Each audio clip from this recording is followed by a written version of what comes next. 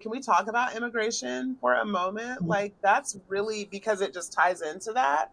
Like, I think for me, that's the scariest part, right? Like,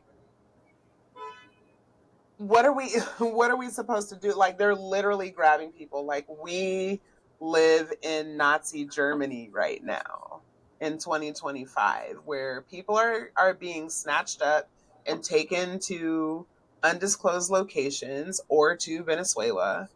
And like we're, some people are talking about it, but I'm not even really seeing it talked about as much as I feel like it should be. I feel like it should be a bigger deal. Am I just like overreacting? No. No. Like, I have an anxiety about my passport expiring in the next year because I don't want to Mm, send for it to get replaced, only because then that means I don't have one.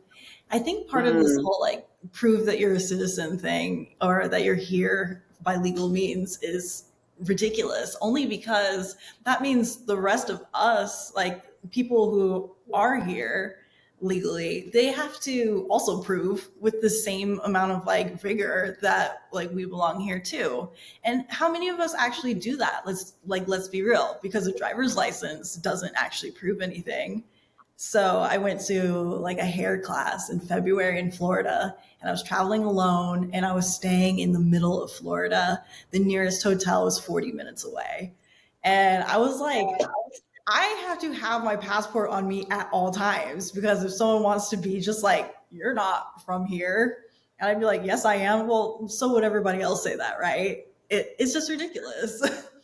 And Like, I don't know about you two ladies, but I'm looking at you visually, and both of you look very similar to my daughter, who's also a very light skinned Black woman. And she's been accused of being Latina plenty of times I before. like And, accused. huh? I said I like accused.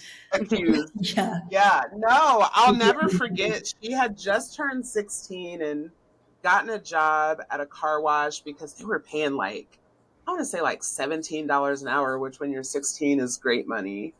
And so she's working at this car wash. She's like, the kind of car wash where you like pay your money and you drive through the car wash.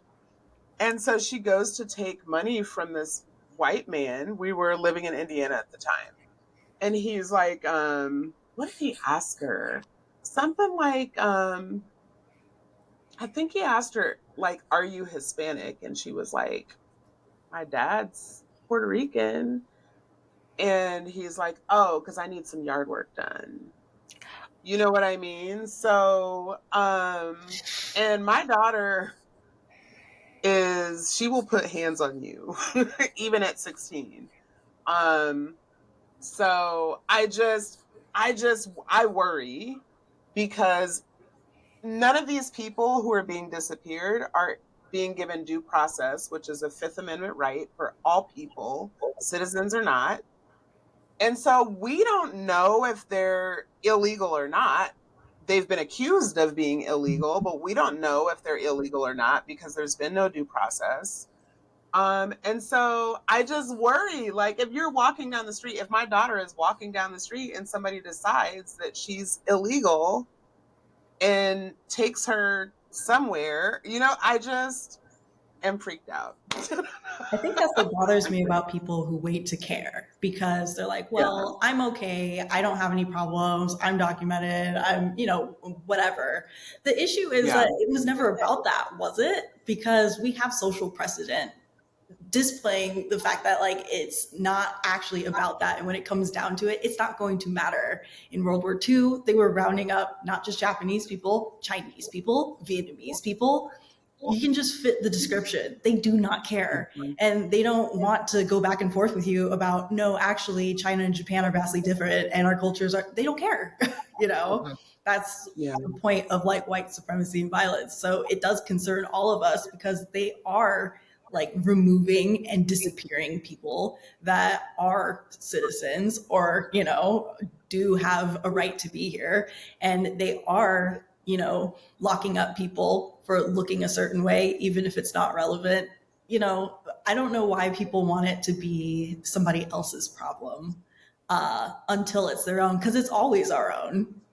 We can always get lumped in the same group, no matter who you are. Even, you know what, like, what was it? Many years ago, I heard that over in New Mexico, a lot of times white men with long hair and beards are stopped because they look like the kind of person.